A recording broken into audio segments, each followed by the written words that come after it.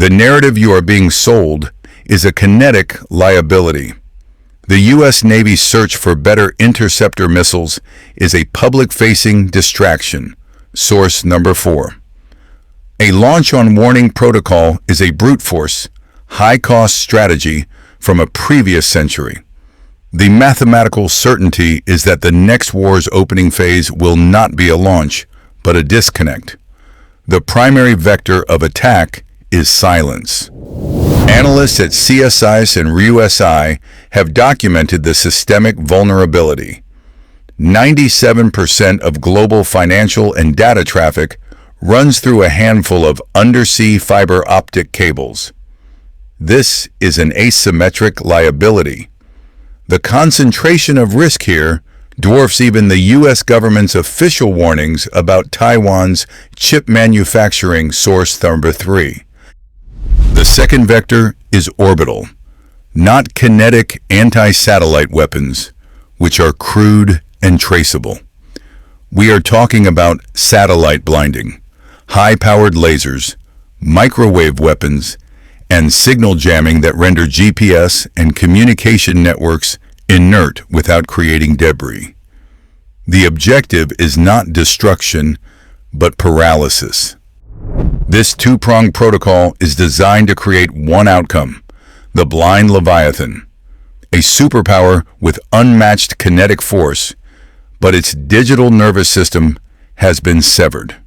It cannot see targets, coordinate assets, or process transactions.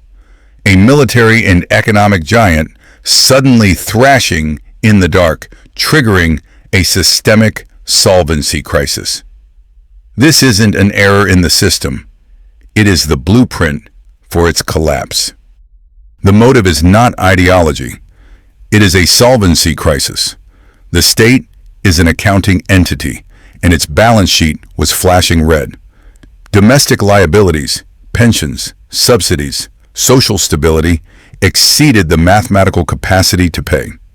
A domestic default was a certainty. The war was never meant to be popular.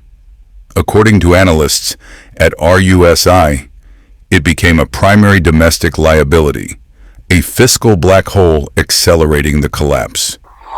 When a state is too weak to win a conventional kinetic war, it doesn't surrender. It pivots.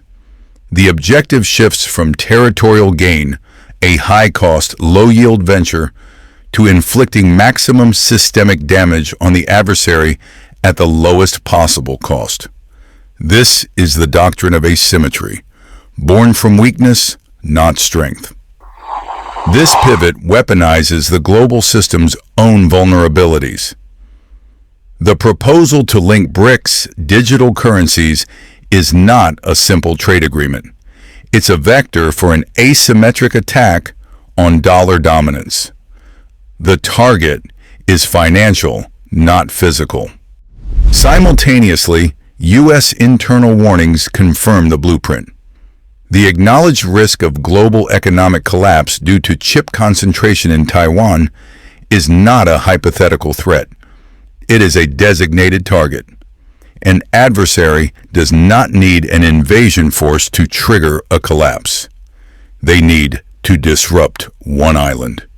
This is the essence of asymmetric leverage. Achieve systemic failure with minimal kinetic cost. The West's reaction confirms the diagnosis. The U.S. Navy's urgent search for new interceptor missiles is not about fighting a symmetric naval war. It is a panicked response to the reality of low-cost, high-impact asymmetric threats that can neutralize multi-billion-dollar assets. The insolvent state exports its crisis, forcing the solvent world to bear the astronomical cost of defense. This isn't chaos. It is a strategy of calculated contagion. The entire economic model of conventional warfare has been rendered insolvent. The kinetic cost curve has inverted. According to a detailed analysis by RUSI, the Royal United Services Institute, a state invests approximately $5 million for a single main battle tank. The asymmetric countermeasure is a $500 first-person view drone. This is the mathematical blueprint for the democratization of violence, the protocol for projecting lethal force, once the exclusive domain of nation-states with massive industrial bases, has now been open-sourced. The barrier to entry for kinetic operations has collapsed from multi-billion-dollar defense budgets to the cost of consumer electronics. The systemic result is a solvency crisis for every legacy military on the planet. Each high-value asset becomes an economic liability. The cost to defend the platform is now exponentially higher than the cost to attack it. This isn't a new weapon. It's a new economic vector designed to bankrupt a superior military force through 1,000 cheap cuts. The launch-on warning doctrine is not a strategy. It is a protocol, a systemic tripwire. Upon detection of an incoming nuclear strike, a nation launches its own missiles before the incoming warheads can destroy its retaliatory capability. The decision window is measured in minutes. There is no time for committee meetings. This entire protocol is predicated on one fragile assumption: the integrity of sensor data. Analysts at CSIS warn that the concentration of advanced chip manufacturing, particularly in geostrategic hotspots like Taiwan, creates a systemic hardware liability, a single point of failure. Now introduce the fog of digital war. A hostile actor does not need to fire a missile. They only need to convince you they did. A cyber attack blinds the early warning system. The radar goes dark. The satellite feed cuts out. The commander is now forced into a zero-sum calculation. Is this a system error, or is it a decapitation strike in progress? Waiting for confirmation could mean total asset liquidation.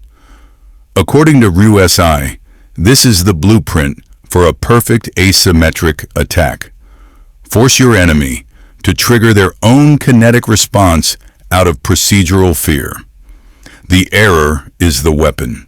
The official designation of Taiwan's chip concentration as a systemic risk to the global economy is not a warning. It is the public identification of a leverage point. The U.S. has openly declared the global economy's single point of failure. While legacy media focuses on kinetic threats, the U.S. Navy's search for a better interceptor missile confirms a different protocol: preparation for a future symmetric conflict. It is a reaction, not an action. The primary vector is not military, it is economic. The calibration shot will therefore be asymmetric and attribution impossible. It will not be a missile launch. It will manifest as a catastrophic error, a logistics grid failure at the port of Kaohsiung, or a data corruption event within a foundry's production network.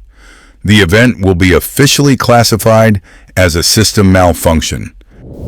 This will trigger a calculated, limited solvency crisis in the tech sector, testing global response protocols without requiring a kinetic declaration. We forecast this event between Q1 and Q2 of the next fiscal year. It is the mathematical predicate for escalating economic warfare against emerging blocs, such as the BRICS digital currency framework.